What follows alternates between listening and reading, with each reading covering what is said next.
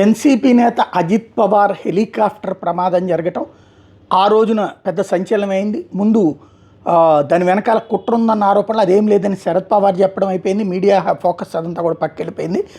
అయితే ఎన్సీపీ నేత రోహిత్ పవార్ ఇప్పుడు సంచలన ఆరోపణలు చేశారు. అజిత్ పవార్ విమాన ప్రమాదం వెనకాల టీడీపీ నేతల హస్తం ఉందన్నటువంటి ఆరోపణ చేయడం సంచలనం అనమాట. విమానయాన సంస్థ విఎస్ఆర్ యజమాని రోహిత్ సింగ్కి టీడీపీ నేతలతో అత్యంత సన్నిహిత సంబంధాలు ఉన్నాయి. అందుకే విచారణ నీరుగార్చే ప్రయత్నం చేస్తున్నారు. రామ్మోహన్ నాయుడిని తక్షణమే పదవి నుంచి తొలగించాలి.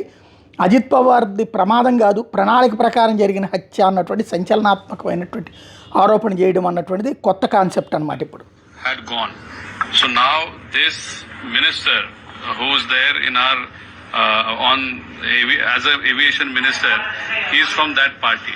So if you are going for VSR's owner's son's wedding, then we feel that investigation may not go in the right direction.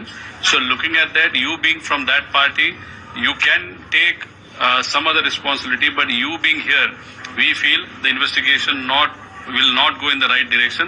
That's the reason why we feel he should not be there at that post when this investigation is on. Owner VSR ఎవరైతే ఆ సంస్థ యజమాని ఉన్నాడో అతని ఇంటి ఫంక్షన్లకు కూడా రామ్మోహన్ నాయుడు వెళ్తున్నారు కాబట్టి దాని మీద జరిగే దర్యాప్తు సరైన డైరెక్షన్లో ఉండదని భావిస్తున్నాం అన్నట్టు. ఇక్కడ ఇద్దరూ తెలుగుదేశం భాగస్వామి పక్షాలే. ఇప్పుడు అటు అజిత్ పవార్ ఎన్డీఏ భాగస్వామి, అట్లాగే తెలుగుదేశం ఎన్డీఏ భాగస్వామి, ఇద్దరు బీజేపీ భాగస్వామి పక్షాలు. ఇప్పుడు కొత్త చర్చ.